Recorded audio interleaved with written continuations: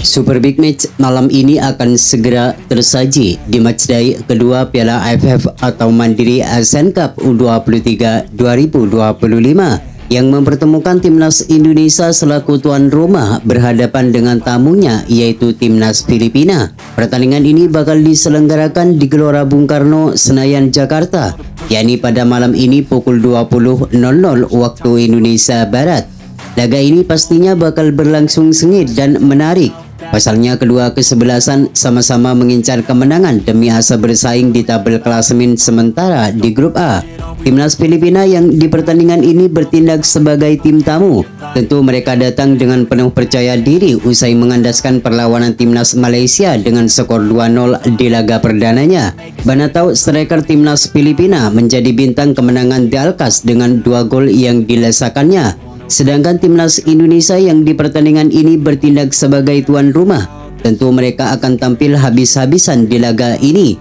Kemenangan merupakan harga mati bagi Jens Raven dan kawan-kawan agar bisa melaju mulus ke babak berikutnya. Apalagi Timnas Indonesia di laga ini bermain di kandang sendiri yang pastinya bakal didukung penuh oleh ribuan supporter Timnas Garuda. Gerald Vandenborre selaku pelatih Timnas Indonesia harus menyiapkan taktik dan strategi yang apik agar bisa tampil maksimal melawan Timnas Filipina ini. Beberapa kesalahan yang dilakukan di laga-laga sebelumnya saat melawan Brunei Darussalam harus segera dievaluasi agar bisa lebih fokus di laga selanjutnya ini. Lantas seperti apakah pelatih Gerald Vandenborre meracik strateginya di laga penentuan melawan Timnas Filipina ini? Dan berikut ini merupakan formasi mengerikan Timnas Indonesia versus Timnas Filipina di lanjutan matchday kedua Piala AFF atau Mandiri Asian Cup U23 2025 ini.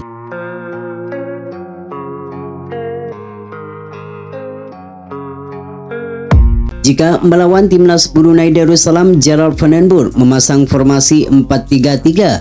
Namun melawan Timnas Filipina ini yang dikenal memiliki para penyerang cepat, formasi 3-4-3 kemungkinan bakal diterapkan oleh pelatih Gerald Vandenborre dengan menempatkan Cahya Supriyadi sebagai penjaga gawang utama bagi skuad Merah Putih.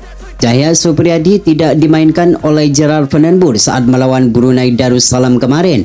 Namun melawan sebadan seperti Filipina, Cahya Supriyadi wajib starter mengingat ia mempunyai segudang pengalaman bersama skuad Merah Putih. Terbukti saat menjadi andalan utama di timnas senior di Piala AFF lalu, Cahya Supriyadi melakukan beberapa penyelamatan krusial dalam turnamen tersebut.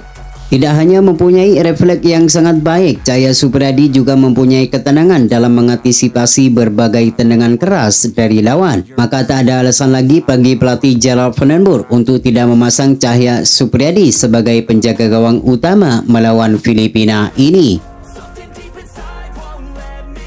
Kemudian di sektor lini pertahanan untuk mengawal Cahya Supriyadi dari serangan Filipina, 3 bek sejajar yakni Kadek Arel Priyatna, Muhammad Ferrari, serta Kakang Rudianto akan menjadi benteng yang kokoh di lini pertahanan Timnas Garuda.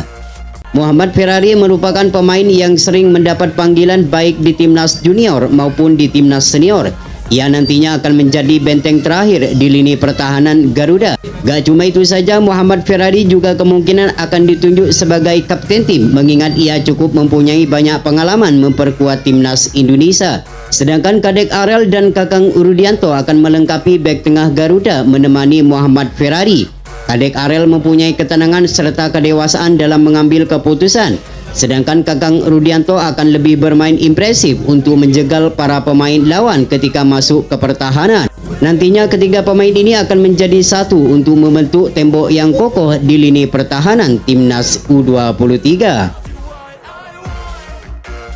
Sedangkan untuk posisi fullback kanan dan fullback kiri, 2 nama yakni Donitri Pamungkas serta Ahmad Maulana akan menjadi andalan bagi pelatih Gerald Vandenborre.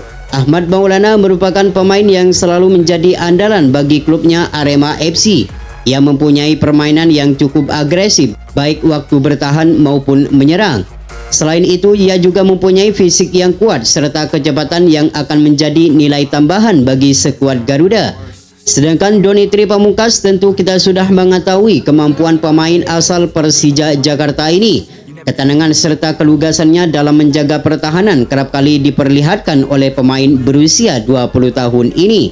Tidak hanya solid dalam menjaga pertahanan, Donitri Pamungkas juga jago membantu penyerangan dan kerap kali merepotkan pertahanan lawan. Maka tak heran jika pemain ini selalu menjadi pilihan utama di setiap pertandingan timnas Indonesia.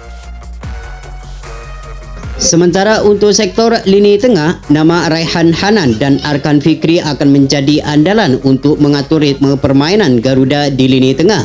Arkan akan menjadi pengatur serangan di lini tengah. Ia mempunyai segudang pengalaman bersama timnas Indonesia. Tidak hanya menjadi andalan bagi timnas Indonesia, Arkan juga menjadi andalan bersama klubnya yaitu Arema FC. Nantinya Arkan Fikri akan menjadi gelandang bertahan yang akan menjegal serangan lawan sebelum masuk ke pertahanan timnas Garuda. Sedangkan Raihan Hanan akan menjadi kreator serangan untuk memberikan umpan manis kepada pemain Garuda yang berada di lini depan. Sedangkan untuk sektor lini serang, 3 nama akan menjadi andalan bagi pelatih Gerald Van den Boer, yakni Victor Detan sebagai penyerang kanan, Hoki Caraka sebagai penyerang kiri, serta Jens Schreven sebagai penyerang tengah atau ujung tombak. Victor Detan merupakan pemain asal PSM Makassar yang selalu menjadi andalan di Liga 1. Ia mempunyai kecepatan serta skill yang dapat merepotkan pertahanan lawan. Gak cuma itu saja, Detan juga mempunyai kualitas umpan yang akurat yang akan memanjakan para pemain yang berada di lini depan. Adapun Hoki Caraka merupakan pemain yang selalu mendapat kesempatan dipanggil oleh pelatih timnas junior maupun timnas senior. Dengan pengalaman yang dimiliki, ia dapat mengaplikasikan bersama timnas Indonesia U23 di Piala AFF atau Mandiri Asian Cup U23 nanti. Selain itu, Hoki Caraka juga mempunyai kualitas finishing yang akurat yang nantinya akan menjadi nilai tambahan bagi skuad merah putih. Sedangkan Jens Schreven akan menjadi ujung tombak di lini serang Garuda. Meski usianya terbilang muda, namun kemampuan pemain asal FC Dordrecht ini tidak usah dipertanyakan lagi. Ketenangan serta finishing yang selalu mematikan akan menjadi andalan di lini depan Garuda. Selain itu, kemampuan Jens Schreven pernah diuji saat menjuarai Piala AFF U19 di Surabaya lalu. Selain mempunyai naluri gol yang tinggi, Jens Schreven juga mempunyai ketenangan dalam melakukan keputusan ketika berhadapan dengan lawan. Maka tak heran jika pemain berusia 19 tahun ini akan menjadi andalan di setiap pertandingan timnas Garuda. Itulah prediksi formasi line up timnas Indonesia U23 yang berpotensi besar bakal digunakan oleh pelatih Gerald Van den Boer untuk Piala AFF atau Mandiri Asian Cup U23 2025. Semoga di turnamen ini timnas Indonesia mampu tampil maksimal agar target juara semakin terbuka lebar.